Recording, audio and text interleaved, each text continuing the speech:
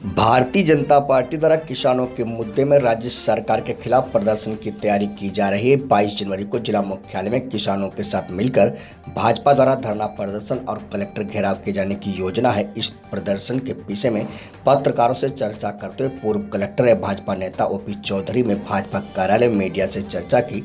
उन्होंने राज्य सरकार को हर मोर्चे पर विफल बताया और किसानों के साथ वादाखिलाफी करने का आरोप लगाया है। ओपी चौधरी ने राज्य सरकार और भूपेश बघेल को चुनौती देते हुए अभी भी विपक्षी नेता की तरह बयानबाजी करने का आरोप लगाया। उन्होंने भूपेश बघेल से 3 सवाल करते हुए कहा कि अगर इन तथ्यों में गलती है तो भूपेश बघेल मेरे खिलाफ मानहानि का दावा करें, नहीं तो आरोप में सच्चाई है तो किसानों के साथ प्रदेश की जनता से माफी मांगे। उन्होंने मीडिया के सामने राहुल गांधी का चुनावी वीडियो भी दिखाया और उनसे किसान के दाना दाना खरीदने और 15 एकड़ की बाध्यता को समाप्त कर 2500 रुपये में धान खरीदी के साथ 2 साल के बोनस देने की मांग की।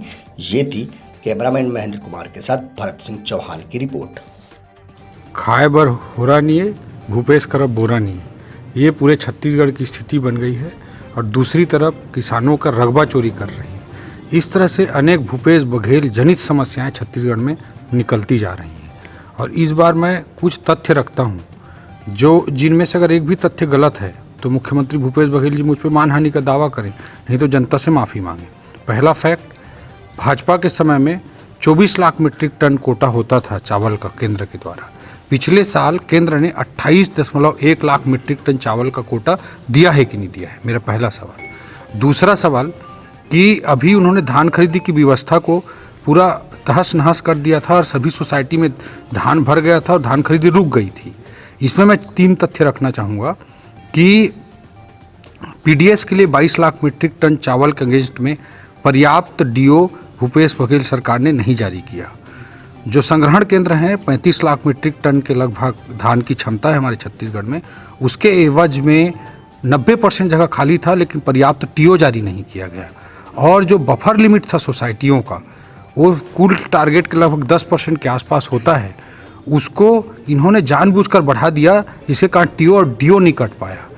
इन सबके कारण अव्यवस्था छत्तीसगढ़ में जानबूझकर एक षड्यंत्र के तहत भूपेश बघेल जी की सरकार द्वारा धान खरीदी को किसान भाइयों को प्रभावित करने के लिए ये की गई है। इनमें से अगर एक भी तथ्य गलत हैं तो मैं मुख्यमंत्री जी को, भूपेश बघेल जी को उनको चुनौती देता हूं कि वो मेरे ऊपर मानहानि का दावा करें। मैं उस कानूनी प्रक्रिया फेस करने को तैयार हूं और अगर मेरे तथ्य सही हैं तो छत्तीसगढ़ की जनता को सही बात बताते हुए माफ़ी मांगे।